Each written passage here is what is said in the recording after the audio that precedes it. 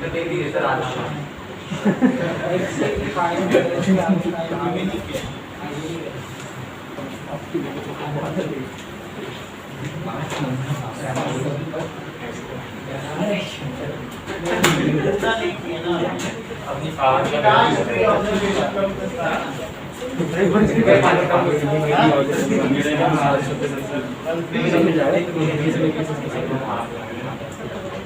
ये नंबर नहीं है, ये सिग्मा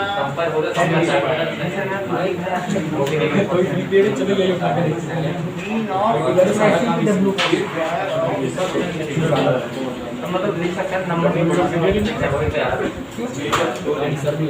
अपॉन एन नहीं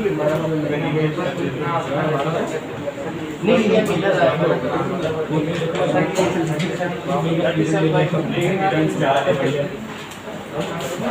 चलिए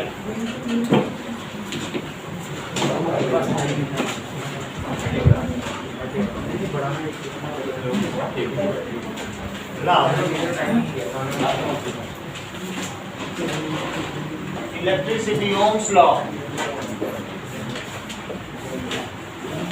ओम्स लॉ का सर्किट देखिए, that is if we take a number of batteries in series, okay, and connect it with a meter, take some resistance where the potential is getting dropped, potential drop होगा यहाँ पर, and we connect a voltmeter to read how much potential is getting dropped, तो यहाँ पर potential का drop होगा, ये source of potential difference है, और इसके बाद यहाँ पे एक जॉकी है, तो ये 2 वोल्ट के हैं, 2 वोल्ट के हैं, 2 वोल्ट के हैं, 2 वोल्ट के हैं, ये पॉइंट ए है, ये पॉइंट बी है, ये पॉइंट सी है और ये पॉइंट बी है।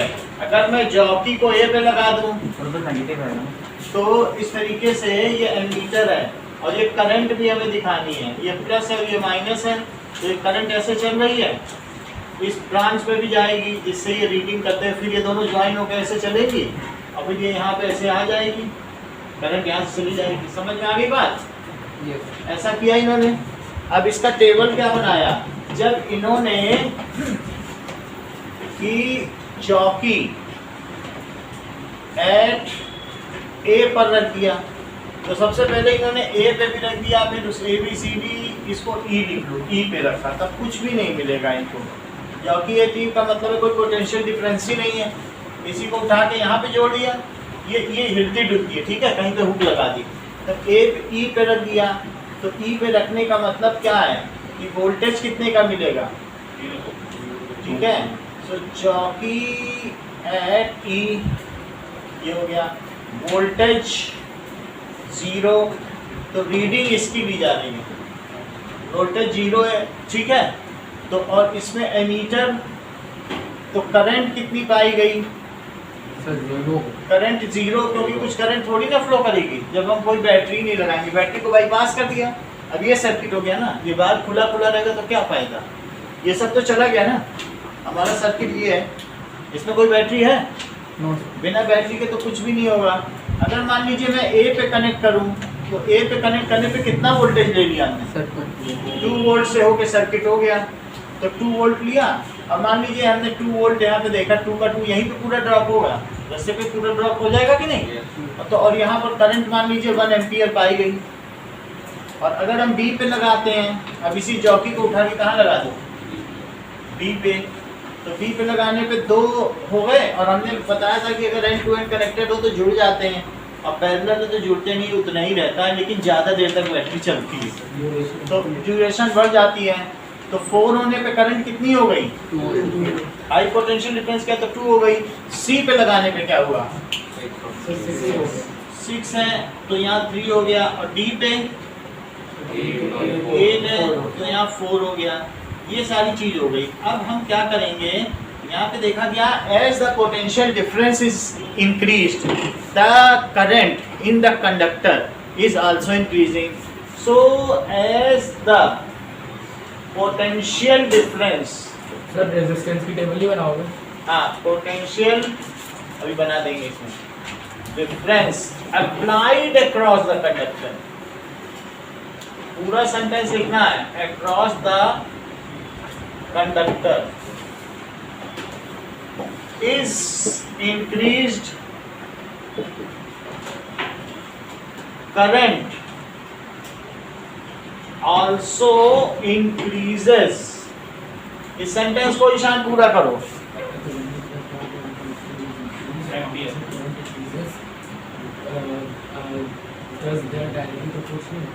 हाँ, इन प्रपोर्शन. उसी प्रपोर्शन में बढ़ेगी कि नहीं? Yes, sir. In proportion provided temperature remains constant. External condition लिख सकते हो या temperature remains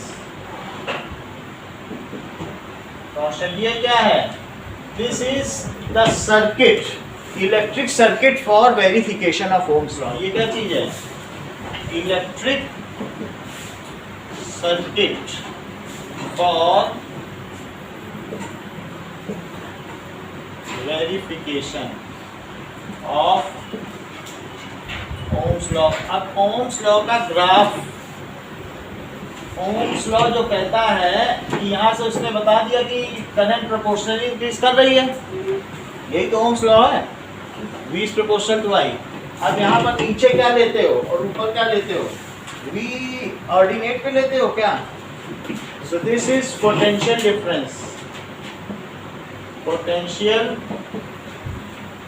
difference and this is current. Current को कैपिटल I लिखो, इसको क्या लिखेंगे? V. अब यहाँ पर 1 2 3 4 2 4 6 8 2 4 6 8 ये 0 है. 1 2 3 4 करंट है तो यहाँ यूनिट लिखी जाएगी एम्पियर और यहाँ पर भी I नहीं लिखा जाएगा. पैरेंथेसिस के अंदर क्या लिखी जाती है? यूनिट. तो ये इंटरनेशनल कन्वेंशन है. 0 पे 0 है. 1 जब 2 को वोल्ट लगाया तो करंट कितनी पाई गई? 1. तो क्या इसे 1 2 कहेंगे? पहले एक्स एक्सिस लिखी जाती है ना. Yes, sir. और ये 2 तो एक्स एक्सिस पहले लिखोगे, एक्स एक्सिस फिर वाई एक्सिस. पहले ये लिखोगे ना x और उसके हिसाब से y. फिर यहाँ पर 2 पे कितनी पाई गई? क्या 4? 2 करंट कब पाई गई? जब पोटेंशियल डिफरेंस कितना था? 4. I भी लिखोगे कि नहीं? I पहले नहीं लिखा जाएगा. अभी बाद में x एक्सिस पहले x और y कोऑर्डिनेट है. अच्छा 3 पे कितनी पाई गई? 6. तो 3 पे 6 लिखिए. 3 6 और 4 पर है कुछ 4 एम्पियर करंट था. तब वोल्टेज कितना था? 8. तो ये अब इसको आप ज्वाइन कर लें तो इसको ज्वाइन करने से क्या पता चलता है कि that is V I graph. ठीक है, is found linear for any conductor. V I graph कैसा है? V I graph is found linear for any conductor. Verifies the Ohm's law कि ये प्रोपोर्शनली बढ़ रहे हैं. ठीक है, कैसे वेरीफाई हुआ? ये देखो, ये जो चीज है हमने यहाँ परपेंडिकुलर डाल दिया.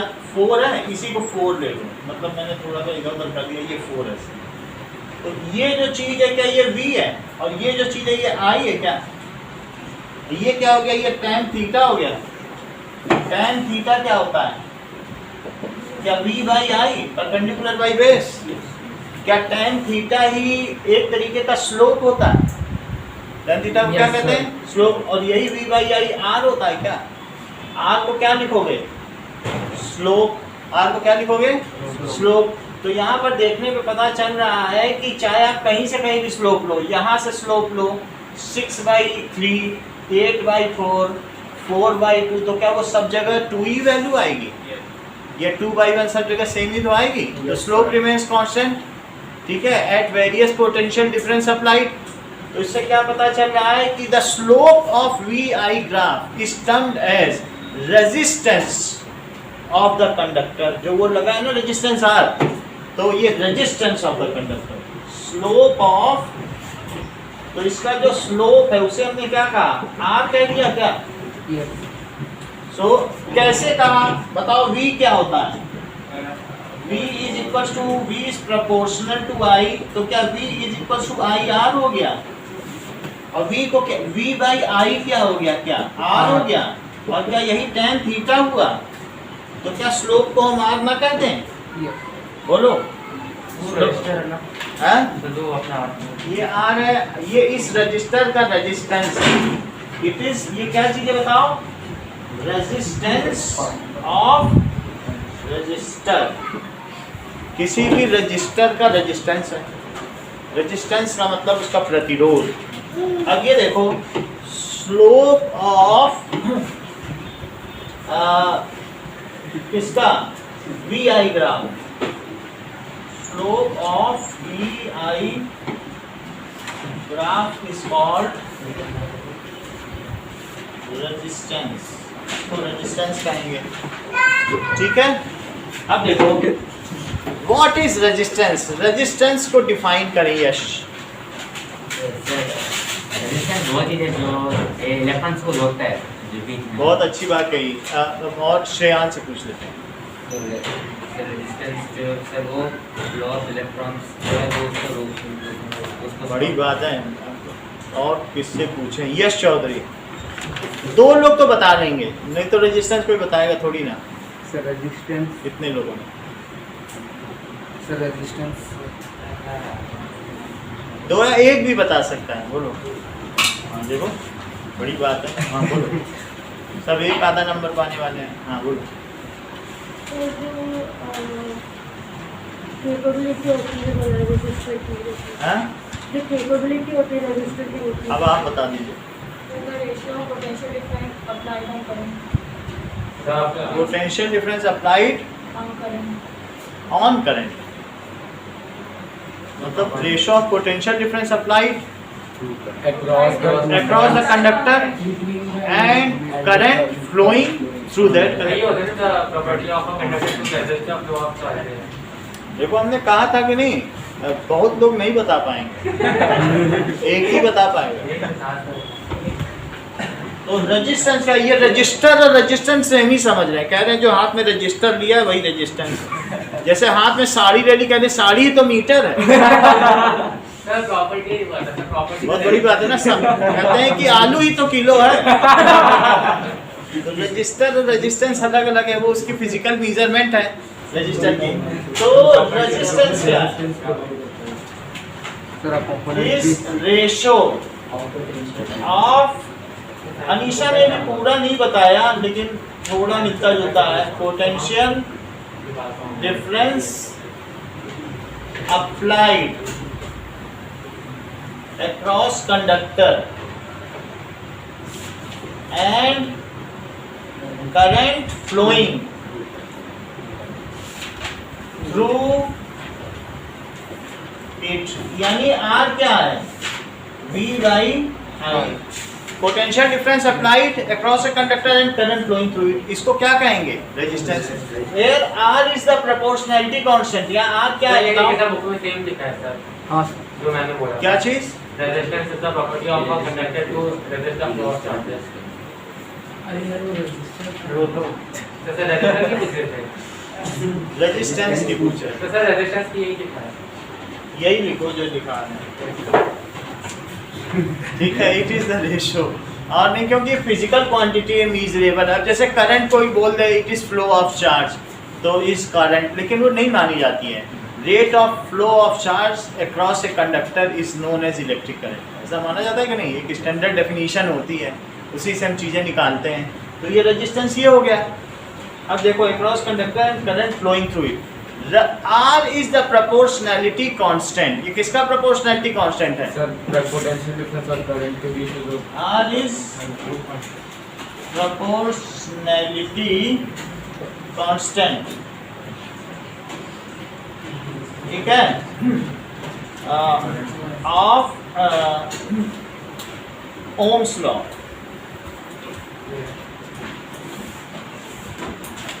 इक्वेशन, जो ओम्स लॉ इक्वेशन है उसका प्रोपोर्शनलिटी कांस्टेंट, ये ओम्स लॉ फार्मूला है, इसका प्रोपोर्शनलिटी कांस्टेंट है। इतनी बात समझ में आ गई? Now Indu, what is Ohm's law?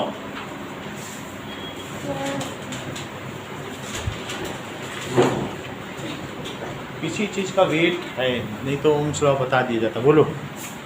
Sir, provided temperature constant, the potential difference across the conductor is directly proportional to the applied current. Applied current. Current को अप्लाई कर दोगे Sir, To the current. Sir, Ohm's law states that the potential difference across the current is directly proportional to the current flowing. Potential difference across the current Across the conductor is directly proportional to the current flowing through it, provided that the temperature is constant. हाँ ठीक है Kunal at constant temperature, सही है potential difference applied on a conductor is directly proportional to the current flowing through it. Constant temperature. वो बोल दिया था आपने। हाँ अब बताइए इतनी सारी चीज हो गई, ओम्स लॉ आपको पता चल गया, आप मुझे 1 ओम की डेफिनेशन बताएं इस रीजन में। Sir, तो calculate कर रहा हूँ। हाँ When Calculate कर रहा है। कैलकुलेट करके बताओ फटाफट। when the mass of conductor is 1 volt and the current flowing through is 1 ampere, then the resistance will be अरे क्या बोल रहे हैं 1 ohm हाँ then the resistance will be 1 ohm. ठीक है सो इस तरीके से इफ V और I changes then also R remains constant for a resistor। कोई अगर एक रजिस्टर है V चेंज करते जाओ, जैसे हमने आपको 10 ओम का रेजिस्टेंस दिखाया था, तो अगर आप वोल्टेज बढ़ाते चले जाओगे तो भी ये 10 ओम ही रहेगा, ये बदलेगा नहीं, करंट बदलती जाएगी लेकिन क्या ये 10 ओम रहेगा? Yes, sir. Yes, sir. तो इस तरीके से R क्या है, क्या V बाई I बोलो, क्योंकि V क्या है I R, ये क्या है वहां से देखा था ना V is equal to I R, उसका प्रोपोर्शनलिटी कांस्टेंट था। अच्छा ये क्या है, is it mathematical form of Ohm's law? तो ये mathematical form of Ohm's law. अब जरा देखिए अगर जो ओमिक कंडक्टर है उनका वी आई स्लोप कैसा होता होगा? करेक्ट, बहुत अच्छी बात है, आप बोलो। ये काफी अच्छा रहा।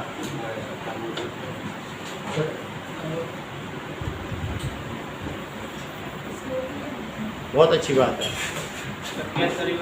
यही तो मतलब हर चीज क्लियर कर दी। बोला सर क्या जो आपने बोला वो करेक्ट है? हाँ करेक्ट है। लीनियर फॉर ओमिक कंडक्टर, जो ओम्स लॉ को फॉलो करते हैं उनको ओमिक कंडक्टर कहते हैं। For ohmic conductor the V I graph is linear. जो ओम्स लॉ को फॉलो करेंगे उनको क्या कहेंगे? Ohmic conductor. So for ohmic conductor V I graph is linear. बोलो बात समझ में आ गई? ये वी और आई ग्राफ है, कैसा पाया गया? लीनियर पाया गया। ठीक है, एट कांस्टेंट टेम्परेचर। अच्छा यहाँ ये किस चीज में है? क्या वोल्ट है? और ये किस में? एम्पियर में। तो इसकी यूनिट क्या हो गई? वोल्ट पर एम्पियर, या इसकी यूनिट ओम हो गई, या ओम हो गई। इसको ओमेगा कहते हैं, ग्रीक कवर्ड है। ओके नाउ जब ये सारी बात पता चल गई कि it is the ratio of potential difference applied to a resistor and current flowing through that resistor, यही है कि नहीं? तो अब ईशान मुझे बता दो 1 ओम की डेफिनेशन जो सीजन ने रिपीट की। So 1 ohm. हाँ So when 1 volt of potential difference is applied across a resistor and the current flowing. तो रजिस्टर को अक्रॉस ए कंडक्टर बोलते हैं। सही है, अक्रॉस ए कंडक्टर बोले, वो भी एक कंडक्टर ही तो है। अच्छा हाँ ठीक है, across a conductor and the current flowing through it is 1 ampere, then the resistance of that conductor is 1 ohm. बहुत अच्छा बताया। अरे thank you. When 1 volt कोई coaching class? potential difference is applied, आपने सिर्फ एक चीज नहीं लिखी थी बस, वो पोटेंशियल एनर्जी, उसी की वजह से आधा मार्क्स का है, और अदरवाइज आपके 9.5 number. Potential difference is applied across a conductor and 1 volt potential difference is required and 1 ampere current is flowing through it. आगे का सेंटेंस कुणाल पूरा करो। And the resistance of that conductor is 1 ohm. Then the resistance of that conductor is 1 ohm. Sir इसमें temperature statement नहीं आएगी? Then the And the temperature is resistance of that conductor at that temperature, जिस temperature पर ये परीक्षण किया गया है ना, यस सर। is 1 ohm। क्या 1 ohm 1 वोल्ट पर एम्पियर के बराबर होता है? हाँ सर।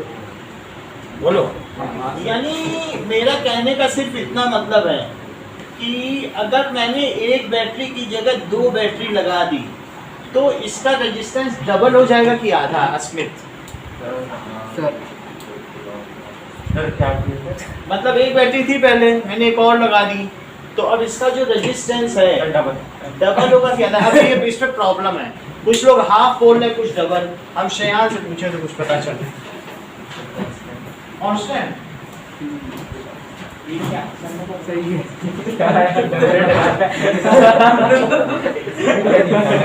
बढ़ाएंगे तो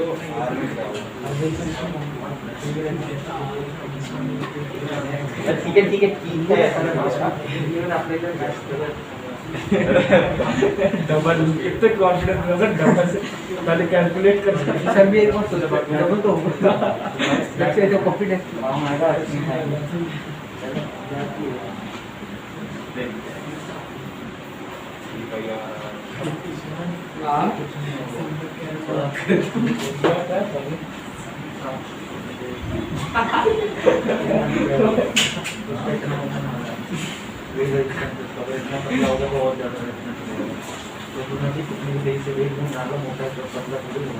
इंदु आपका क्या कहना है? मान लीजिए मैंने इसमें डबल कर दिया पोटेंशियल, 2 बैटरी लगा दी, तो इस पे रेजिस्टेंस डबल होगा कि हाफ होगा? हाफ हो सकता है, बोलो। सर सिंगल कांस्टेंट रहेगा। यानी अगर मैं ये डबल कर दूंगा तो क्या करंट डबल हो जाएगी? करंट डबल हो जाएगी, लेकिन रेजिस्टेंस वही रहेगा।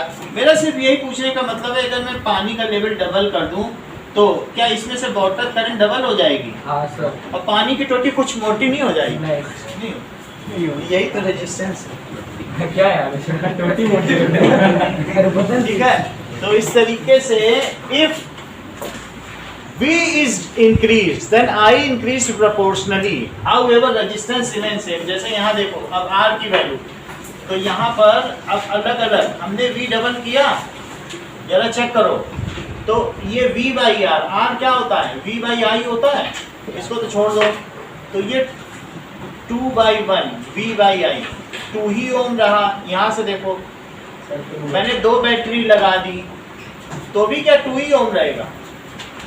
3 बैटरी लगा दी तो भी क्या 2 ही ओम रहा? Yes sir. तो इस तरीके से आप पानी का लेवल बढ़ाते चले जाओगे, ज़्यादा पानी निकलेगा, टोटी पे क्या असर पड़ेगा? तो इस तरीके से 6 है बाई 3 तो भी 2 ही ओम रहेगा, और 8 लगा दिया 8 बाई 4 तो भी क्या 2 ही ओम रहेगा? क्या सबसे ऊपर वाली लाइन पढ़ ली थी आपने कि V और I changes then R remains constant? इसी वजह से इंदु रानी आप बता सकी? बोलो कि V या I चेंज होता है, जो प्रोपोर्शनलिटी कांस्टेंट रहता है वह कभी नहीं बदलता। प्रोपोर्शनलिटी कांस्टेंट कभी बदलता है? वो नहीं बदलता है, और बाकी चीजें बदलती चली जाती है। बोलो, बात समझ में आ गई? एक सेकंड में कितने मिलीसेकंड होता है? हाँ? एक सेकंड में कितने मिलीसेकंड? 1 सेकंड में 1000 मिलीसेकंड। अब जरा देखो, तो इतनी बात आपको पता चल गई। अब जरा देखिए कि आगे की बात करेंगे। Resistance does not change with change in potential difference और करंट। रेजिस्टेंस तो नहीं बदलेगा, ठीक है कि नहीं? मान लो इस सड़क से बहुत सारे लोग जाएं तो क्या सड़क की चौड़ाई बढ़ जाएगी? कुछ नहीं बढ़ेगी, ठीक है कि नहीं? तो गली हो, ये रेजिस्टेंस एक तरीके का पाथ है जिस पे चल रहा है, नहीं वो नेचर है। वो किस चीज़ का नेचर है कि उसमें फ्री इलेक्ट्रॉन्स कैसे हैं, कैसे वो मूव करते हैं, उसी पर है। लेकिन उससे पोटेंशियल डिफरेंस है क्या उसका स्ट्रक्चर बदल जाएगा कॉपर का? नहीं ना, नहीं बदलेगा। अब जरा ये बताओ कि रेजिस्टेंस फिर किस किस चीज़ पे डिपेंड करता है? रेजिस्टेंस बदल चीज़ों पे तो डिपेंड करता है। रेजिस्टेंस डिपेंड्स ऑन, बिल्कुल इन्वॉल्व रहना इंदु। अभी फिर जो आज का टेस्ट होगा सही टेस्ट करना, इसीलिए हम बार बार आपसे पूछ रहे हैं। रेजिस्टेंस डिपेंड्स ऑन, तो आगे डेफिनेशन पूछेंगे क्या? जो भी होगा पूछेंगे। टेम्परेचर, पहली चीज किस पे डिपेंड करती है? टेम्परेचर। टेम्परेचर के बढ़ने पर रेजिस्टेंस क्या होगा? सब बढ़ेगा क्योंकि कोलिजन्स बढ़ जाएंगे, इलेक्ट्रॉन ज्यादा कोलाइड करेंगे, तो टेम्परेचर अगर बढ़ेगा, ज्यादा कोलिजन होंगे तो क्या भी आगे बढ़ पाएंगे? नहीं बढ़ पाएंगे। तो टेम्परेचर के बढ़ने से रेजिस्टेंस सर बढ़ता है, सर बढ़ जाएगा ना। रेजिस्टेंस एक हिंड्रेंस है ना। हाँ बोलो।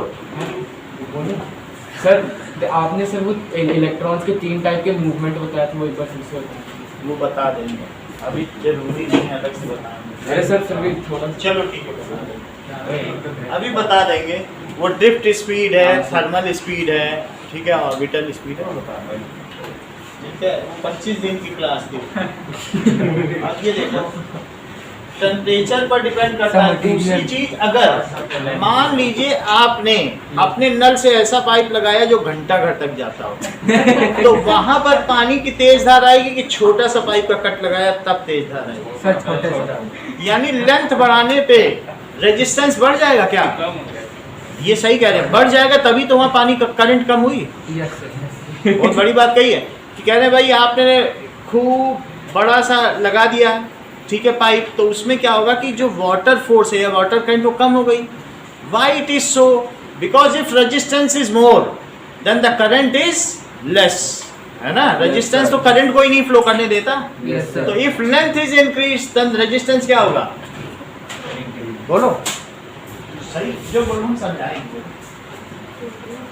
इंक्रीज क्यों होगा? मान लो रेजिस्टेंस बढ़ा दिया, बहुत लंबी गली हो गई, तो ज्यादा बाइकर्स गुजर पाएंगे कि कम?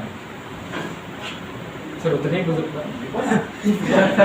उसमें कैसे सर बस डिस्टेंस बढ़ जाएगा और क्या।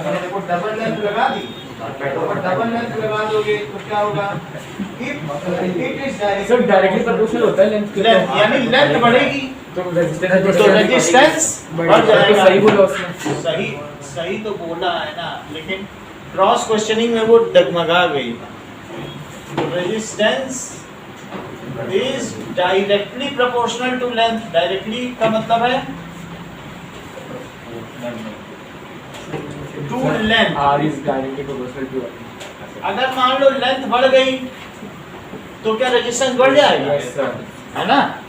और तीसरी चीज, अगर आपने ये देखिए मटेरियल ये बढ़ा दिया, तो अगर ये लेंथ इतनी थी और बढ़ा दी तो रेजिस्टेंस बढ़ जाएगा, क्योंकि क्या ज्यादा कोलिजन्स होंगे? क्या डबल कोलिजन्स होंगे?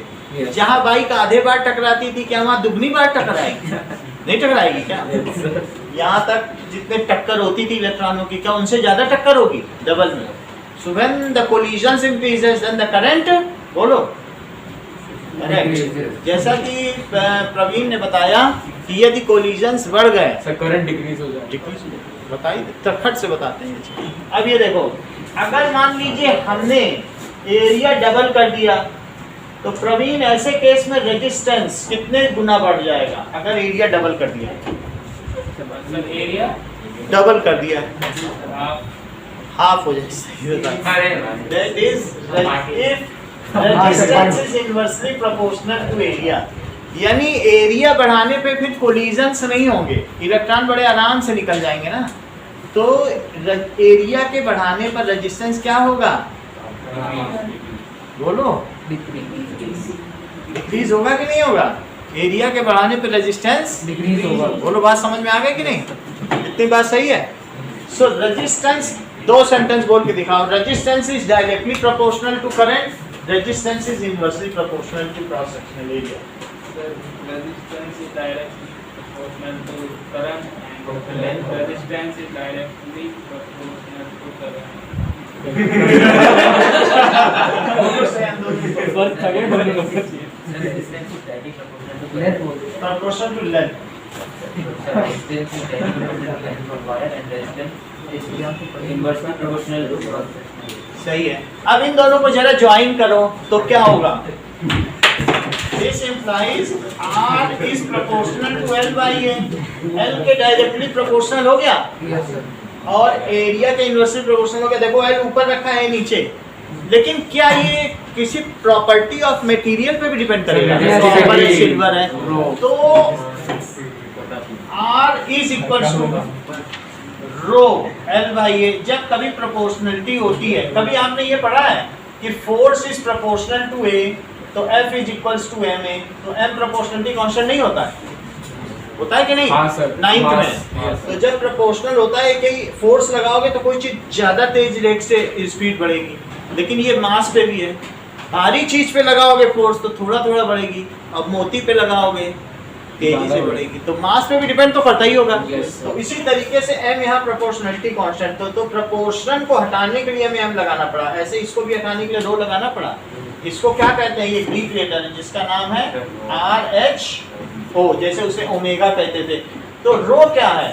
रो is proportionality constant called specific resistance और और रेजिस्टिविटी ऑफ दैट सर वो Yes. एक क्या है वो हाँ? एक क्या है क्या? वो F proportional to ये जैसे हमने न्यूटन के सेकंड लॉ में पढ़ा था। चलिए, now rho is proportionality constant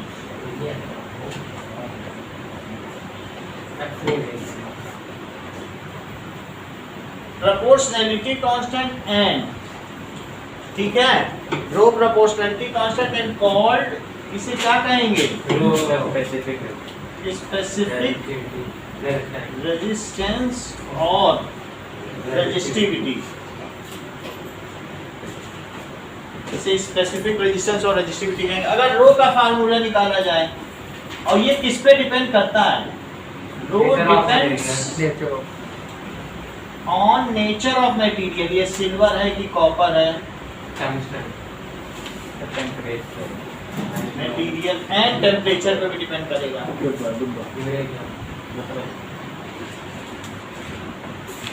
इतनी बात समझ में आ गई? तो हमें ये बता दो, रेजिस्टेंस किन चार चीजों के बदलने से बदलता है? हाँ सर क्रॉस सेक्शन हाँ हाँ सर मटेरियल हाँ, और सही है।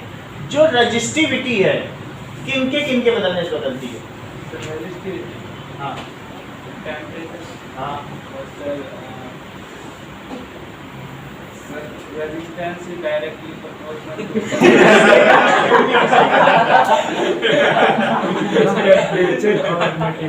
कोई चीज पे बदलती है ना। अब ये देखो, rho is equals to R A by L.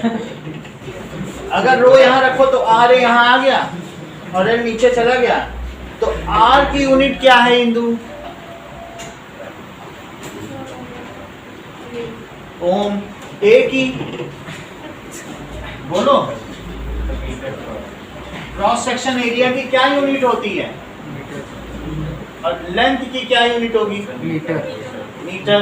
तो ये इससे कट जाएगा, तो इसकी यूनिट क्या आएगी रो की? बताओ। ओम मीटर। बोलो, बात समझ में आ गई? यस सर अच्छा, अब मुझे बताओ कि यदि आर में डबल कर दूं तो रो बढ़ेगा कि घटेगा? इंदु बोलो, प्रांजल आप बताओ। कांस्टेंट तो कांस्टेंट रहेगा, सेम रहेगा। सर प्रोपोर्शनल है ना सर, वो नहीं कि वो सेम ही रहेगा सेम रहेगा। इसके बदलने से रो बदलेगा कि इसके बदलने से? सर दोनों के बदलने सर नहीं बदलेगा, सेम सेम रहेगा। रहेगा कांस्टेंट सेम रहेगा, क्योंकि ये इन तीनों का प्रोपोर्शनलिटी कांस्टेंट ही है। तो इसलिए rho will only depend on temperature and material. और इसीलिए रो का चार्ट आपकी बुक में बना हुआ है क्या? हाँ सर क्योंकि ये चीज है, ये किसी चीज को बदल ही नहीं रहा है न लेंथ पे, ठीक है कि नहीं? इतनी बात समझ में आ गई? उस रो का चार्ट बना है, तो it does not very with length, with cross section area और अरे भाई ये टेम्परेचर लेंथ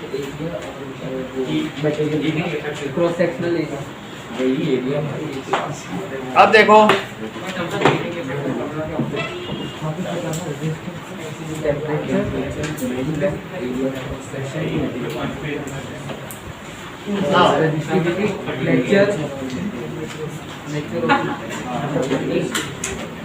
चलिए नेक्स्ट इज इतनी बात हो गई रेजिस्टेंस वेरीज वो चेंज किस पे होता है with L cross section area P temperature temperature and type of material material और रेजिस्टिविटी sir nature ठीक है डिपेंड्स ऑन ये किस पे डिपेंड करती है sir temperature और type of material and type of material देखो ध्यान से आप लोग सुनना श्रीजन हमें रेजिस्टिविटी की डेफिनेशन बताने जा रहे हैं बीच में डिस्टर्ब मत करिएगा रेजिस्टिविटी करेक्ट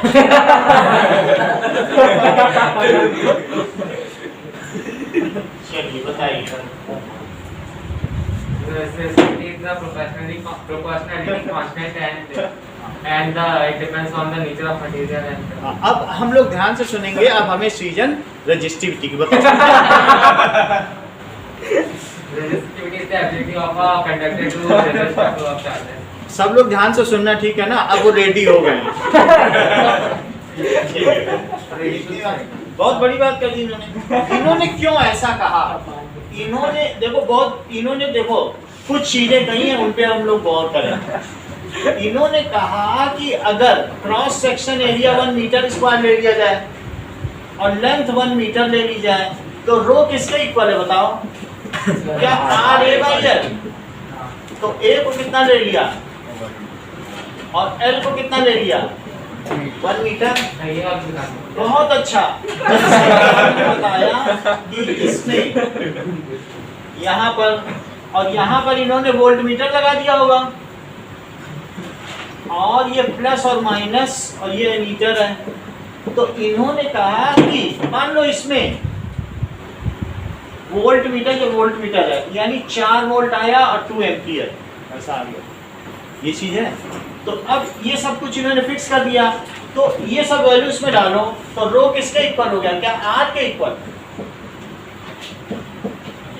तो रो किसके इक्वल हो गया न्यूमेरिकली आर के ठीक है मटेरियल कुछ भी हो सकता है ये क्या हो सकता है क्या सिल्वर हो सकता है ठीक है अच्छा इसमें आर कैसे निकालोगे आर निकालने का कोई युक्ति है क्या यहाँ 4 रख दोगे इसको देख के यहाँ 2 रख दोगे तो आर बड़ी आसानी से निकल जाएगा yes sir और क्या यही इसकी रेजिस्टिविटी कहलाएगी yes क्योंकि जो आर है भाई हमने देख लिया हमने लेंथ ले लिया for any conductor of unit cross section area end of unit length whatever is its resistance is numerically equal to its resistivity at that temperature किसी एकांक क्षेत्रफल वाले चालक के लिए यदि उसकी एकांक लंबाई हो तो जो उसका प्रतिरोध होता है वही उसका विशिष्ट प्रतिरोध कहलाता है now Anisha will again repeat the same definition of resistivity sir English में हिंदी में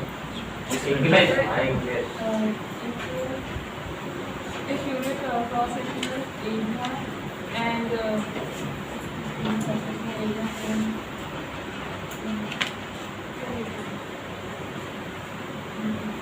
फॉर एनी मटेरियल भी बोल देना है ना मटेरियल भी तो अलग होगा ना अब बोलो ईशान हाँ sir for any conductor if the for any conductor of a material if the unit if the area of cross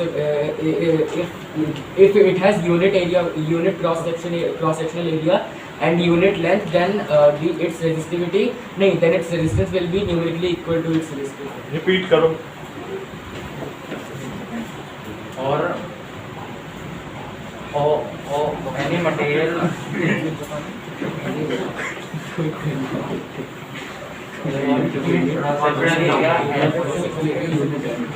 sir संपर्क में आने से तो उसकी जो रेजिस्टेंस होगी वो यूनिटली उसकी resistivity area and unit length. हाँ बोलो is constant व्हाट A1। भाई ऐसे संपर्क को कम मत मानो, 6.5 नंबर लाया मैथ में। कितने पैसे 30 में से। Whatever is its resistance। मैं बोल रहा था आप उससे नहीं पूछ रहे अब वो मार्क्स ज्यादा ले आएगा। Numerically equal is numerically equal to its। Praveen से हम इसलिए पूछ लेते हैं कि ना प्रवीण तो बिल्कुल फ्रैंक है, इसको बिल्कुल जब हम ये देखते हैं कोई शाई नेचर का है सोचता है कि अरे हमसे क्यों पूछ लिया हमारी क्लास में, जो इज्जत के चक्कर पड़ेगा थोड़ी ना सीख पाएगा। तो हम ये देखते हैं कि आदमी धड़ल्ले से बता रहा है, धड़ल्ले से पूछा तो चलो सीखो, ये चीज होती है ना। तो अब इतनी बात रिपीट करो।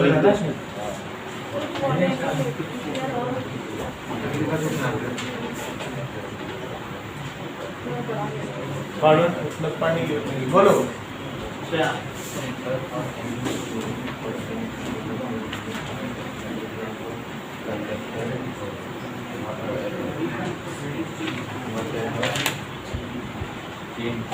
लेंथ को फिक्स नहीं किया है, बोलो।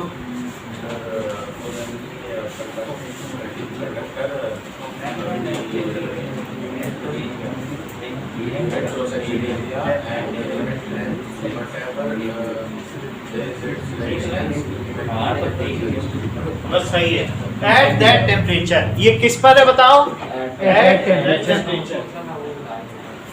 At that.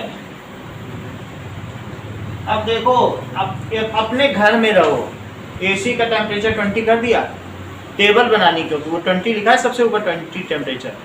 हाँ सर, लिखा है कि नहीं? 20 कर देना।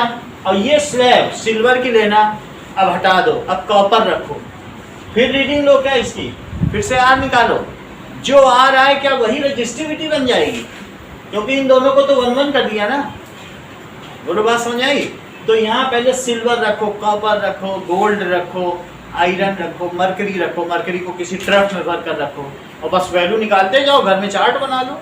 अरे सर तो ये पावर में कैसे आ रहा है ये क्या रेजिस्टिविटी? रजिस्टिविटी जो भी आएगी, अब वहाँ पर जब ये मटेरियल आएंगे ना तो ओम मीटर में आएगा। इसका मतलब है कि रजिस्टिविटी दैट विल बी, यहाँ से आप देखिए आर के इक्वल है, और ये V बाई आई है। Resistivity is equal to V by I. तो यहाँ से पता चलेगा क्या करंट बहुत ज्यादा फ्लो कर जाएगी और इस वजह से -8 आ जाएगा। भाई आप सिल्वर लगाओगे 2 पे, तो सिल्वर तो इतनी करंट फ्लो करा देगा, कोई स्पार्क ही करा दे, नहीं करा देगा। तो जब for a small potential, silver best conductor है, तो थोड़ा सा भी अगर आपने पोटेंशियल दिया तो क्या वो पूरी करंट फ्लो करा देगा? अब छोटी मोटी नहीं, 100 मिलियन एम्पियर, जरा सोचो तो, 1 वोल्ट पे 100 मिलियन एम्पियर का रहा, तभी तो -8 पहुंचा गया। कमाल नहीं है? 1 वोल्ट घड़ी पे लगाया 100 मिलियन एम्पियर दे रहा है। देख लो 10⁻⁸ नहीं है क्या?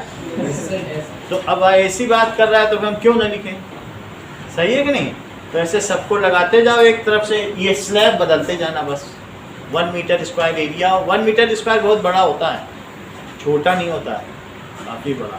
और 1 बड़ा स्लैब 1 मीटर ये है, 1 मीटर स्क्वायर। सर लुट जाएंगे क्या? लूटो।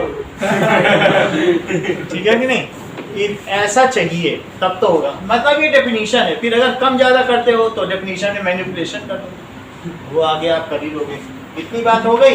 It is called resistivity. Resistivity की डेफिनेशन समझ में आ गई? Yes sir. देखो अब आप लोग ध्यान से सुनना, क्योंकि अनीशा हमें 1 ओम मीटर जो कि रेजिस्टिविटी की यूनिट है उसकी डेफिनेशन बताने जा रही है। ओम मीटर है कि नहीं?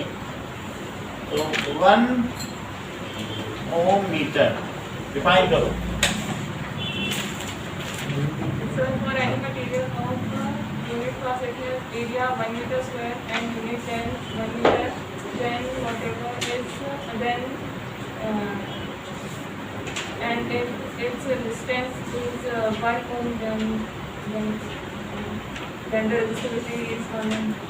ये सही है और यही है एट दैट टेम्परेचर और लिख देंगे, पूरी बात कह दी उन्होंने, यही गुनाह रिपीट कर रहे हैं। At constant temperature for any material, if the length of that material is 1 meter and cross section area of that material is 1 meter square and its resistance is 1 ohm, then the resistivity of that material is 1 ohm meter. हाँ, जब तुम unit length बोलती हो तो फिर 1 metre एक अलग से मत बोलो, वो डुप्लीकेसी हो जाती है, ठीक। सो और कांस्टेंट टेम्परेचर बोला था और एनी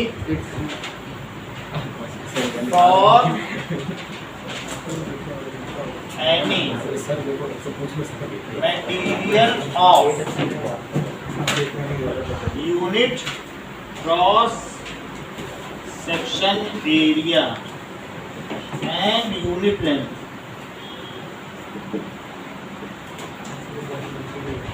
ठीक है, if its resistance is 1 ohm, then its resistivity is 1 ohm meter at that temperature. Sir इसके जगह सर ये लिखें the ratio of its cross sectional area and the हाँ बढ़िया। सर ये लिखें for any material the ratio of its cross sectional area and unit cross sectional area and unit length, so वो ज़्यादा बढ़िया। रेशो क्या लिखना, ये 1 कर दिया इसके एक पर, ऐसे ही लिखा जाता है, ठीक है। कि फिर 3 चीजों का रेशो लिखो, क्या आज वो क्या करोगे, ठीक है।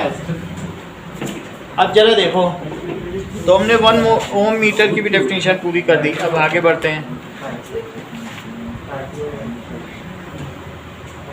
कुणाल का भी ग्रोथ रेट सही है, बढ़िया तेजी से बताता है ये 2 डिजिट में इसका वो ग्रोथ रेट है। ये सब लोग बादाम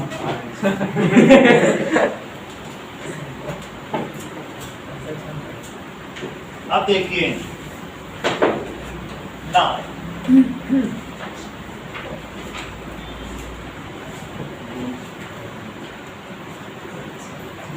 कुछ पॉइंट्स आप खुद लिखिए।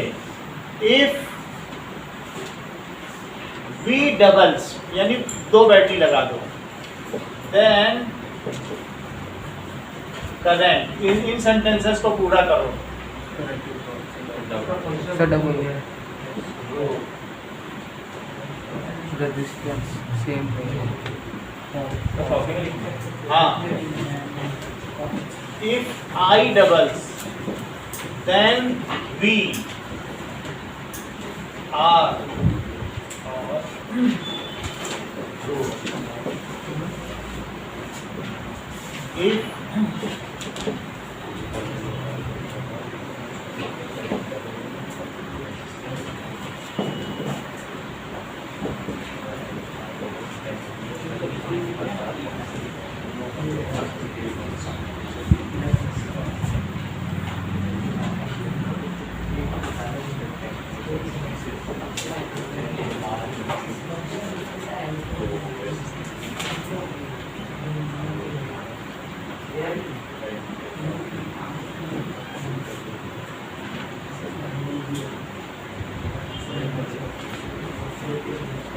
इन चीजों को पूरा कर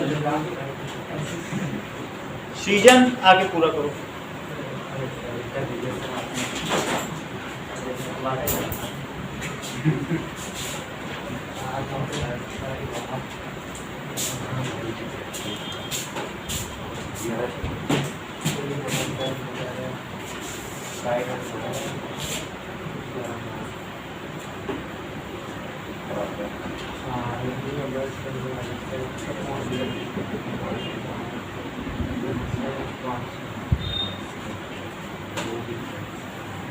No difference. सही है, सही है। ये कह दो अच्छा हाँ इससे सामने से हटिए। थोड़ा I double V I double से वी तो पहले ये होता है लेकिन तब भी हाँ, चलो, डबल हो चलो। जाएगा लेकिन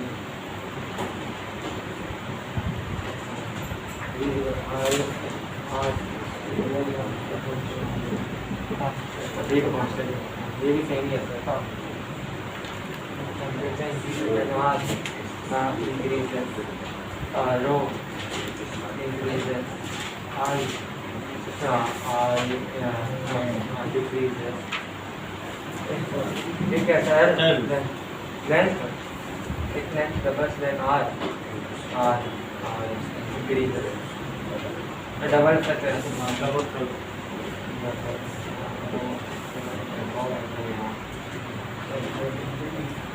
सेम इंक्रीजेस रो अच्छा अच्छा ठीक है हाँ, सही सही है लिखा। तो ये सेम डबल हो गया कांस्टेंट, इसको नोट कर लो।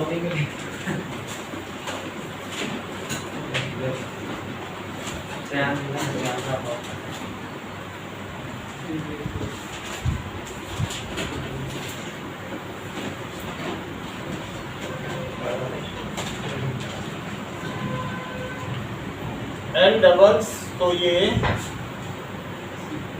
डबल्स और ये सेम है, इसको नोट करें।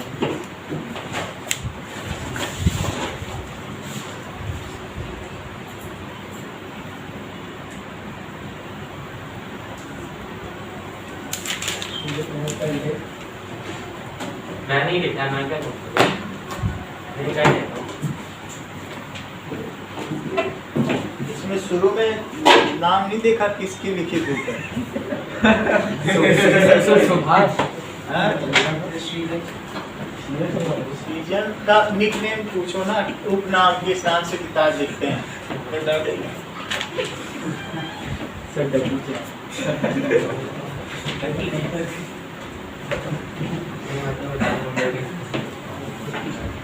मैं सुभाष लिख के आऊंगा। अब हमने जब ऐसा कर दिया तो इसके बाद हम एक रेजिस्टिविटी, तो रेजिस्टिविटी एट 20 डिग्री सेल्सियस, तो ये कॉमन है। अगर मान लो दूध का रेट है और मैं बड़ा जग या बड़ी बाल्टी लेके पहुंच जाऊंगा तो रेट बदल जाएगा क्या? अरे बाल्टी लेके कम करो, ऐसा तो नहीं कर देगा ना, रेट तो रेट ही है, तुम जितना दूध ले लो। सर ऐसा बोलते तो ज्यादा खरीद रहे, पैसे कम करो। हाँ तो करते हैं। आई जब रेजिस्टेंस इंक्रीज कर जाएगा तो इस वजह से क्या है, V इज इक्वल टू क्या है, आई आर, आर बढ़ गया तो इसके बढ़ने से इसे कम होना पड़ेगा। मान लीजिए ये 10 है और ये 5 into 2 है, लेकिन आर किसी कारण से बढ़कर ये मान लीजिए 4 हो गया तो इसे 2.5 होना पड़ेगा 10 होने के लिए, क्योंकि ये बढ़ गया ना। आर को बढ़ना नहीं चाहिए था लेकिन करंट बढ़, टेम्परेचर बढ़ने की वजह से बढ़ गया। अब वोल्टेज तुम्हारा बैटरी तो वही है तो करंट नहीं कम हो जाएगी। सर वोल्टेज पे कुछ असर नहीं पड़ेगा। वोल्टेज क्या, वो तो तुमने बैटरी लगा दी, इससे प्लग लगा दिया 220 आ रहा है, वोल्टेज पे क्या असर करेगा, वो तो जो बैटरी लगाई वो लगाई है, वोल्टेज थोड़ी ना कुछ करता है।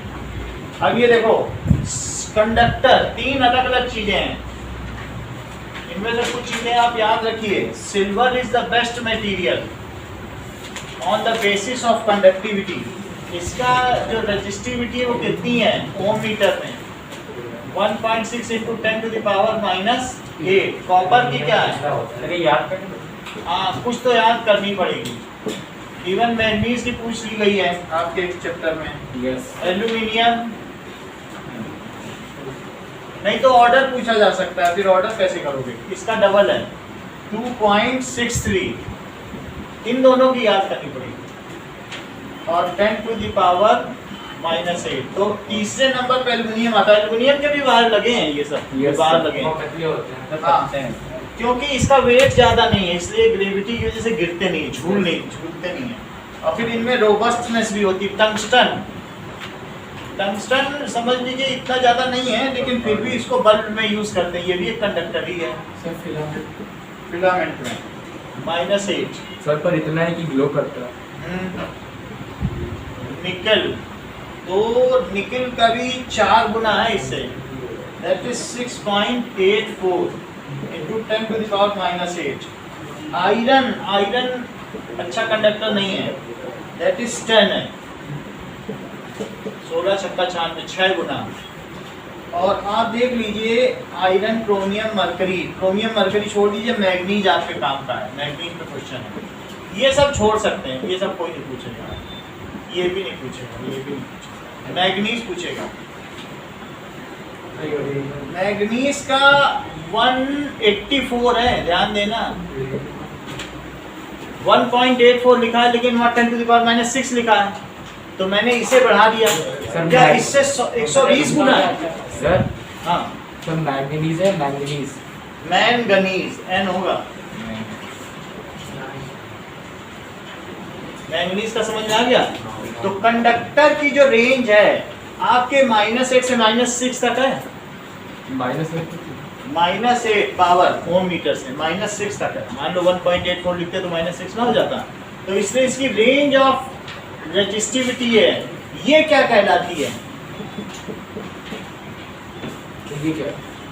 Conductivity. Conductivity is reciprocal of resistivity. इसे क्या कहते हैं? कंडक्टिविटी। किसी चीज की चालकता क्या होती है उसे क्या कहते हैं? जैसे इसका रेसिप्रोकल है, क्योंकि कुछ लोग कहते हैं कौन ज्यादा कंडक्टर है, किसकी वैल्यू ज्यादा है। इसकी तो वैल्यू सबसे कम है रेजिस्टिविटी की, लेकिन जब 1/, करोगे तो क्या ये सबसे ज्यादा नहीं आ जाएगा? हाँ सर। तो conductivity is reciprocal of resistivity, ये चीज है। अब इसके बाद आप देख लीजिए जो एलॉयज हैं, एलॉयज में क्या है, कई चीज से मिलके बनती है। कॉन्स्टेंटन किससे बनती है? Copper that is copper and nickel. अच्छा, इसकी बहुत ज्यादा है 49, इतनी ज्यादा भी नहीं है। स्टैंडर्ड रजिस्टर्स हैं। स्टैंडर्ड रजिस्टर का क्या मतलब समझते हो ईशान? हर जगह ये ज्यादा अच्छा कहते हैं कि टेम्परेचर के बदलने पर भी जिसका रेजिस्टेंस ना बदले उसे स्टैंडर्ड रजिस्टर कहते हैं। बहुत बड़ी बात कही है। तो दैट इज कॉन्स्टेंटन। लैब में मिलेगा आपको मैंगानीन, हम आपको दे देंगे। सर कब मिलेगा? ये प्रमोशन पार्टी में आपको पूरी किट दी जाएगी। हाँ? आप प्रमोट हो गए, जॉब मिलेगा। सर हम ऐसे बात कर रहे थे इसको रखने की, आप ऐसे ऐसे बोल क्या? सर आप सीजन को रखने की बात कर रहे हो, पढ़ाने के लिए आप कुछ बोल रहे रख तो लेंगे, थे। लेकिन हम बेरोजगार हो जाएंगे।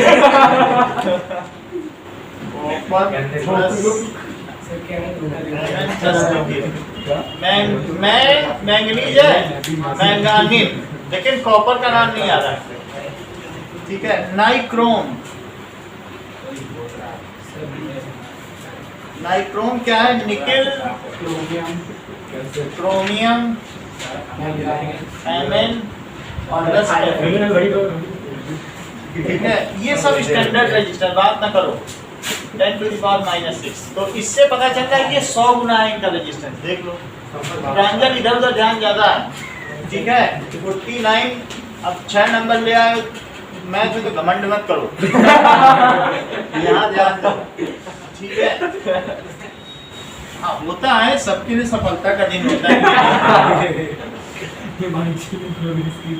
ठीक है, आज संपत्ति के बराबर आ गए हो तो उछल रहे हो। सर एक टेस्ट पे कम भी आए थे। हाँ, संपत्ति की कारण से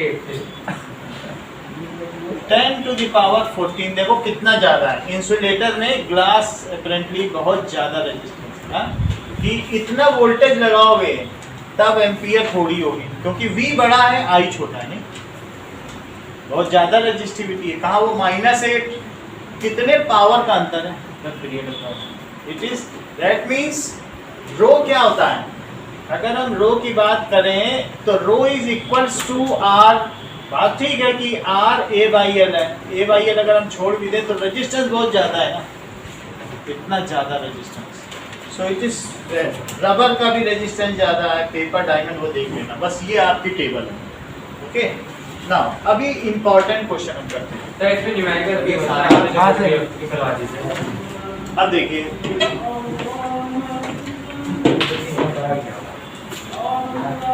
नंबर की काम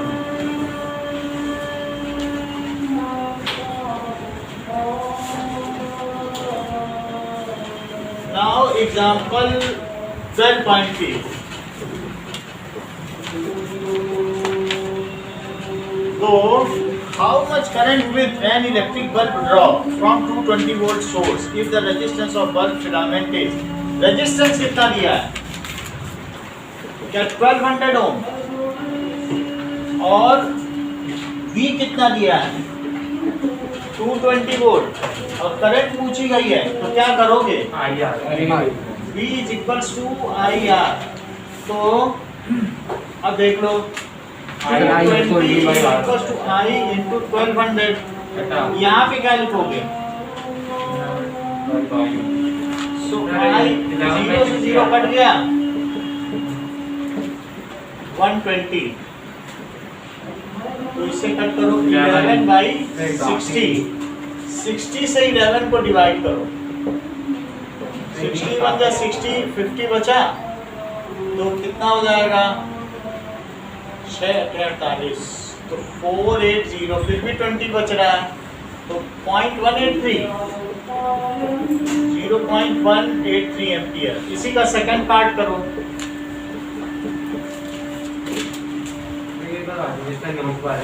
ठीक है नोट्स के भी करा देंगे। How much current will an electric heater coil draw from A 220 volt source if resistance of heater coil is 100 ओम। तो electric heater coil draw from 220 volt source if the resistance is 100 volt. तो V कितना दिया है 220 volt और R क्या है 100 ओम। तो इससे क्या पता चलेगा? आपसे पूछ रहा है I कितना है? तो V is equals to IR 220 is equals to I into 100। तो I कितना हो जाएगा 220 by 100 हो जाएगा। तो क्या I 2.2 एम्पियर हो जाएगा? इतनी करंट हो जाएगा। सही है। नेक्स्ट देखो 12.4। तो 12.4 क्या है?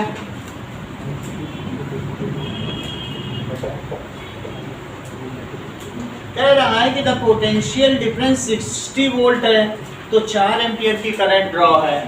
V अगर 60 वोल्ट है तो करंट कितनी है 4 एम्पियर। क्या इससे आप आर निकाल लोगे किसी सर्किट में? मान लीजिए ये बल्ब है और जब मैंने इसमें कितने का पोटेंशियल डिफरेंस लगाया 60 वोल्ट तो इसमें करंट कितनी है 4 एम्पियर। तो हमें आर पता चल जाएगा क्या? तो V is equals to IR ohms law. तो V कितना है 60 I 4 है R का पता नहीं तो R कितना आ जाएगा? क्या 15 ओम? क्या R बदल जाएगा V और I के बदलने से? नहीं बदलेगा। टोटी तो नहीं बदलेगी ना। तो अब इसमें मैं 120 कर देता हूँ इसको किससे बदल देता हूँ? तो ये कह रहा है ये किससे बदल जाएगा? R पता चल गया। सो केस 2 डबल हो जाएगा। तो V is equals to IR। हमने V ये बदल दिया R तो नहीं बदलेगा ना। सर 8 120 ये कितना है सर 8 एम्पियर। I तो मुझे नहीं पता है लेकिन R पता चल चुका है ना। रजिस्टर का तो जो रेजिस्टेंस है वो बदलेगा नहीं। So that is 15। तो I कितना आ जाएगा 120 by 15। So current is equals to 8 ampere. बोलो सौम्य कहाँ से बताएं? समझ में आ गया? सो इट इज हमने पहले R निकाल लिया और वही R इसमें पुट कर दिया और ये वैल्यू डाल दी वोल्टेज की तो आई आ ओके ना।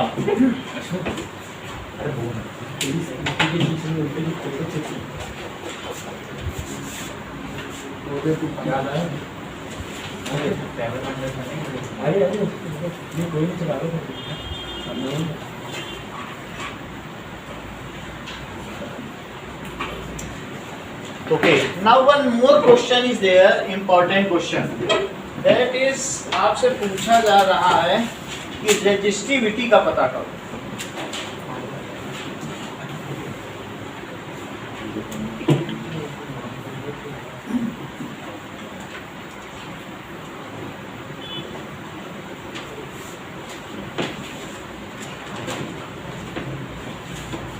Now, example 12.5.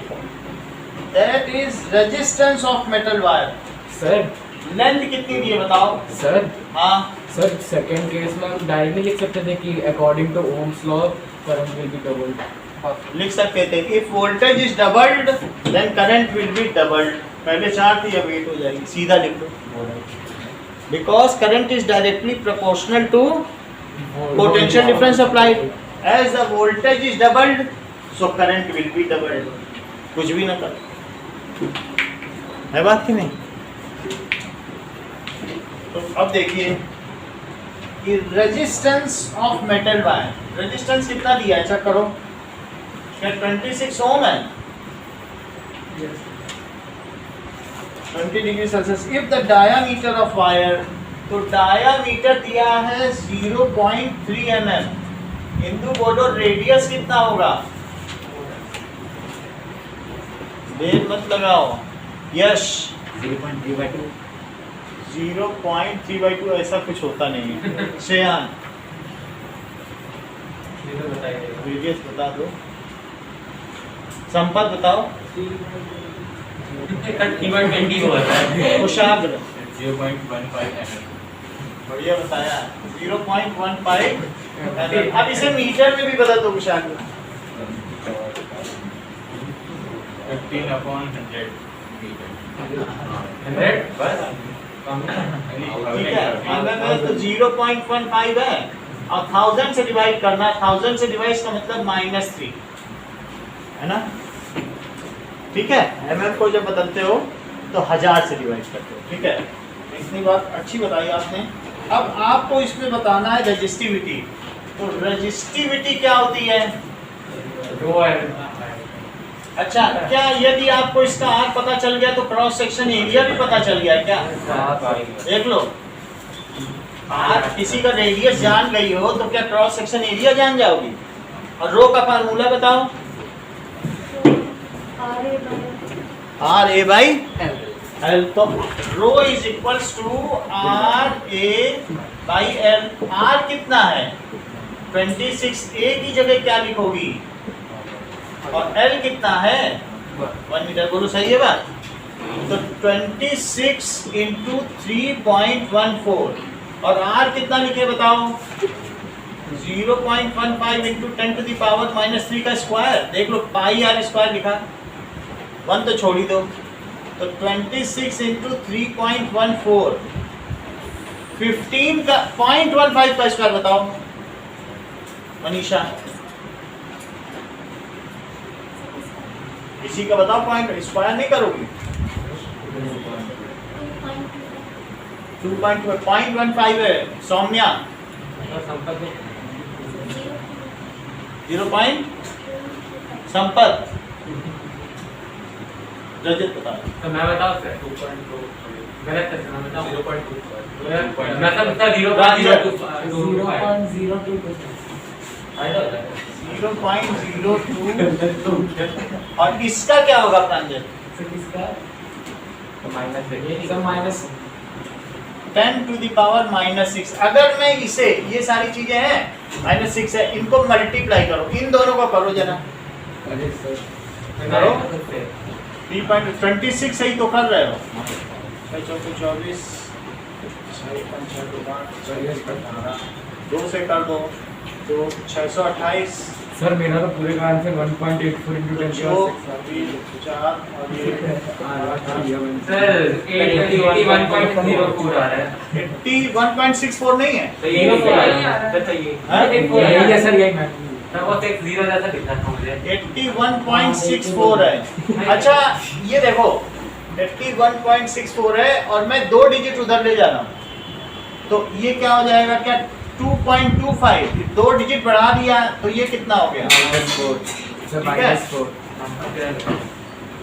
बताइए, कुछ भी मत पढ़ाओ, ऐसे ही लिखो बस। 0.0225 और इंटू 10⁻⁻, इसी में आंसर आएगा। अब इसका मल्टीप्लाई करो। सर 1.8 तो वो माइनस एक बार में ले लीजिए सर पावर, हाँ? वो डेसिमल से हटा दीजिए। ऐसे ही कर लो, इसी से आपका आंसर आ जाएगा मैग्नीज की रेजिस्टिविटी। इसी ऑर्डर में है। हम क्यों ना ऐसे ही कर लें। देखो 81.64 है और 225 से करो और 4 डिजिट और 2 डिजिट 6 डिजिट पहले लगा देना। तो वो माइनस के ले लीजिए आप। इतने 0 मत लो, 4 डिजिट यहाँ है ना, अननेसेसरी के 0 ना लो, या फिर लेना है तो ले लो। हो गया सर? 81.64 में किससे मल्टीप्लाई करो? 0.0225 है, बोलो सही है।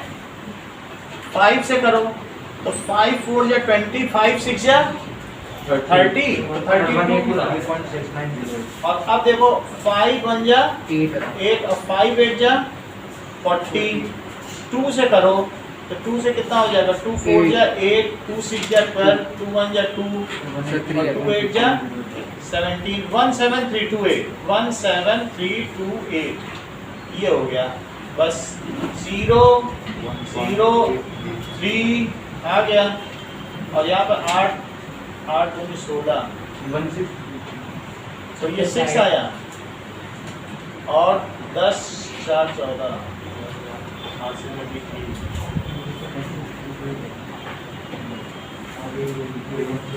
कितना आ गया? 19 आ गया। 4 2 6 1 2 3 4 5 6 1.94 आ रहा है। कहाँ गड़बड़ी कर दी? तो मैं करता हूँ सर 7 पे जगह हाँ? ये चीज सही आई क्या? हमारी 7 की जगह 6 ये दोनों जगह। हाँ ये सही है, ये 6 ही बोलो। Good work. ये गुड वर्क। और ये 3 सही आ गया।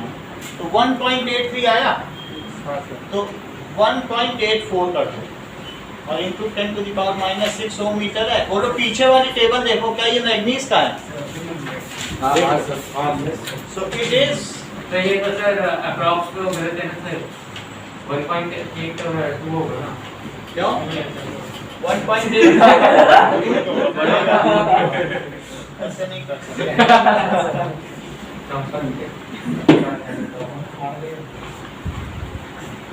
सर टेस्ट किया अब देखो कि नाउ अगर a 4 ohm resistance wire is doubled on it, question क्या पूछ रहा है? 12.6 हार्ड नहीं है। सर ये तो इजी है। 4 ohm रेजिस्टेंस वायर था और मैंने इसको डबल कर दिया, इसी पे मोड़ दिया। तो अगर इसी पे मोड़ दोगे तो ऐसे नहीं हो जाएगा डबल ऑन इट। अगर इसकी लेंथ है तो ये कितनी हो गई? L/2। अगर इसका एरिया ए है तो ये मिलकर कितना हो गया? 2 हो गया। तो ये फॉर्मर और ये लेटर। तो पहले बताओ इसका रेजिस्टेंस क्या होगा? रो L/A। क्या मटेरियल चेंज हो गया? मटेरियल थोड़ी ना चेंज हुआ है। अगर वायर पलट दोगे मटेरियल बदल जाएगा क्या? No sir. कि सिल्वर को पलटा गोल्ड हो गया। जैसे R dash is equals to rho L dash by A dash. तो बताओ L डैश कितना है? L/2। A डैश कितना है? 2A। अच्छा अब ये देखिए, ऊपर की चीज नीचे स्लाइड होती, मालूम है? Yes, yes, sir. नीचे की चीज तो खैर नीचे आई है। तो L है और नीचे 2 और आ गया और 2A, तो क्या हो गया? सर 4। रो L/A और 1/4 अलग लिख लें क्या? अच्छा बताओ रो L/A की वैल्यू कितनी है? R है क्या? Yes sir. तो मैं यही रो L/A की जगह R लिख दूं यहाँ पे। Yes sir. तो R डैश क्या हो जाएगा? R into 1/4। तो new resistance is 1/4 of the previous resistance. यदि किसी वायर को मोड़ दिया जाए तो एरिया तो बड़ा हो गया, आराम से चौड़ी सड़क है और गली छोटी हो गई क्योंकि मोड़ दिया, आराम से करंट जाएगी। वो हम लिख देंगे। तो न्यू रेजिस्टेंस, कभी कभी केस भी आ जाता है। तो new resistance is 1/4 of previous resistance. Previous resistance. तो अब R डैश की वैल्यू निकाल लो, क्या हो जाएगा 4 × 1/4, तो क्या 1 ओम हो जाएगा। If a wire is stressed double of its length, उसे खींच के डबल कर दिया, तो जो नया रेजिस्टेंस होगा वो बढ़ेगा कि घटेगा, बोलो। बढ़ जाए, कितना बढ़ जाएगा, सर कितना आपने खींचा? डबल कर दिया, बोलो। Sir half. 4 टाइम्स बढ़ जाएगा, चेक कर लो। सर 2 टाइम्स बढ़ेगा। वो तो 4 बोल रहे हैं। सर चेक कर लेते हैं। If a wire is stretched to double of its length, find new resistance in terms of old resistance. हाँ सर 4 टाइम्स सर। देखो ये एक वायर है और मैंने इसको पतला करके डबल कर लिया। पहले इसकी लेंथ थी, अभी कितनी हो गई 12। इसका एरिया A है, तो नया एरिया क्या हो गया, पता नहीं क्या हुआ, मालूम तो नहीं है, लेकिन इतना तो माना जा सकता है कि A डैश हुआ। अगर किसी चीज की रिकास्टिंग कर दी गई है तो क्या प्रीवियस वॉल्यूम बाद के वॉल्यूम के बराबर होगा। तो जो V इनिशियल है वो क्या V फाइनल होगा। अच्छा V इनिशियल क्या होता है, क्या बेस एरिया इनटू हाइट, ये तो होता ही है। तो V इनटू L, और बाद में बेस एरिया क्या है A डैश इनटू 2L। तो ये वॉल्यूम का था भाई आपको ये पता करना है ना कि ये A/2 कैसे हुआ। जैसे आप बड़े सिलेंडर से वायर खींचते हो ना, तो आप सीधे नहीं लिख देते हो सरफेस एरिया एंड वॉल्यूम में, पहले वॉल्यूम के फार्मूला लगाते हो। जैसे नहीं होता बड़ा सिलेंडर से वायर ड्रॉ किया गया, वही चीज़ तो लगाओगे तब तो एरिया निकाल पाओगे। तो अब वही मैं कह रहा हूँ कि इनिशियल वॉल्यूम फाइनल वॉल्यूम के इक्वल है, तो बेस एरिया इंटू हाइट किया, और इसका बेस एरिया लेट क्या किया A डैश इंटू हाइट, यही तो वॉल्यूम होता है। तो A डैश क्या आ गया बताओ, L से L कट गया और A डैश कितना आ गया। अब जो आप बता रहे थे वो बात सही हो गई, बोलो यही बोल रहे थे कि नहीं। लेकिन ये करना पड़ेगा, ऐसे नहीं माना जाएगा। अब देखो अर्लियर एंड लेटर, अर्लियर बोलो। अब जैसा कि सीजन कह रहे हैं कि R is equals to rho L by A लगाया जाए, तो मैंने लगा दिया इनके कहने पर। अब बाद में क्या लिखा जाए, R dash is equals to rho L dash by, बताइए L डैश कितना है सर 2L 2L, क्योंकि उसे खींचा गया है।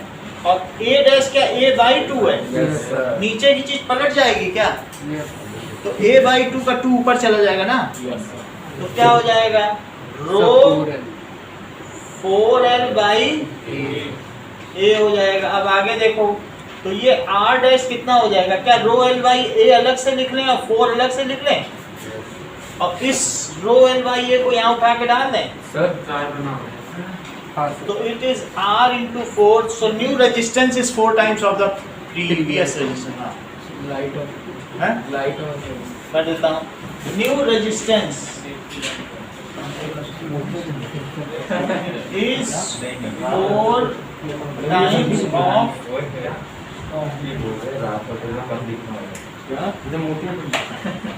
इतनी बात समझ में आ गई कि न्यू रेजिस्टेंस। सर ठंड भी लग रही है सर, उसको भी ठीक कर देते हैं। अब देखो टेस्ट लेना है मुझे, वो इसमें नोटपैड में मैंने हाँ?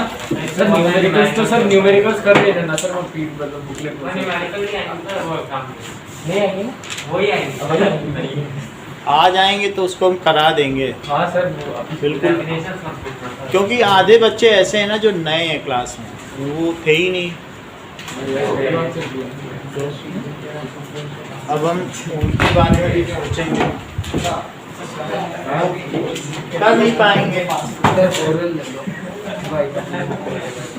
हाँ सर ओरल ले लो। हाँ सर भाई ये तो हो रहा है लेकिन सर बहुत टाइम से नहीं हुआ ना हाँ, ओरल सर। आजकल मजे नहीं आता। Thank you. आजकल मजे नहीं आ रहे ओरल में। अरे यार क्या पहले करते थे ना ऑनलाइन नहीं, वहाँ से पूछते थे क्वेश्चन याद है। फिर हमें दिखा के फोटो एकदम रिफ्लेक्ट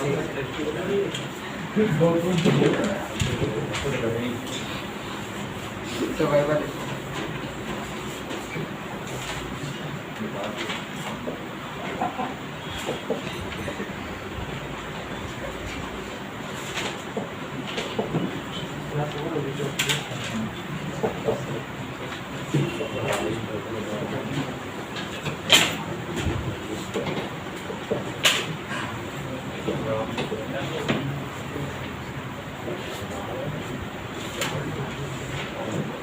तो ये क्या भूखा नहीं है सर?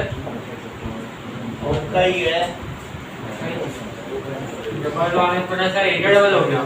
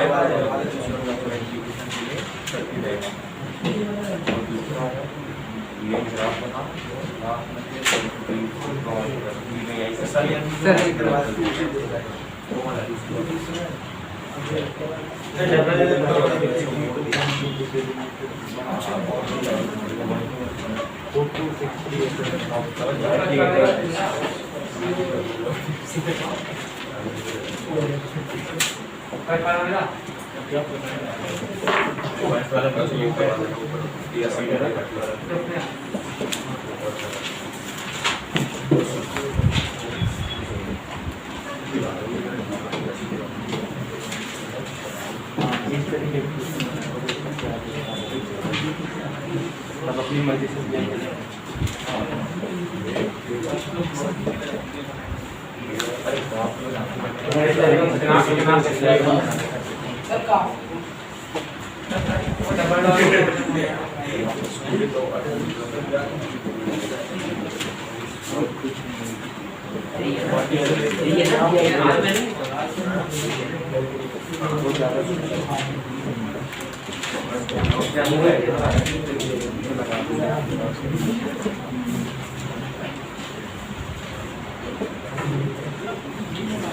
पर डायग्राम पेन से बनाना कि पेन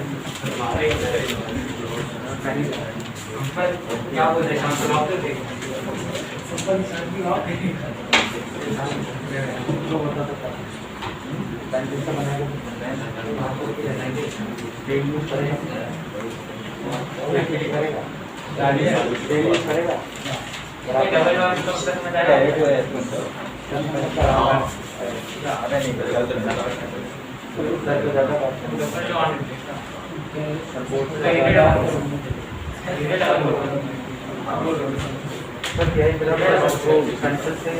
पेंसिल से पेंसिल किसी से भी क्या डायग्राम बनाना VI ग्राफ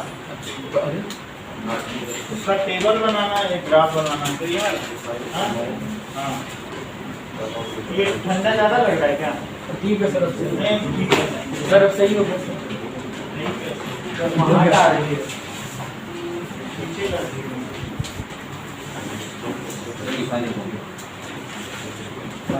तो इसमें 2 की जगह हैंड है तो ये रेशियो में से हैंड है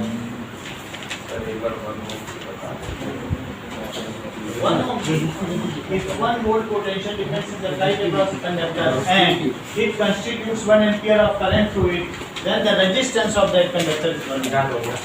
तो वो सरकारी में क्या हो जाएगा वायर डबल वाले का मतलब तो एरिया डबल हो गया क्या? हाँ? तो डबल डाउन इट है, बस मोड़ दिया उसी को। तो मतलब ऐसे घुमा के डबल हो सर तो ऐसे इसको घुमा के ऐसे कर दिया ना तो मतलब हाँ चलो कॉपी बंद करो अब। हाँ भाई कोई आदमी सर, कब तक का टाइम है? यहाँ से साथ बैठता हूँ 720 सर, स्केल दे दो। स्केल ले लो। नहीं है ऐसी बंद करा सफेद ग्राफ दिया है चलिए बात ना करें, कंप्लीट कर लें। कॉपी बंद कर दें, आप भी कॉपी बंद करें।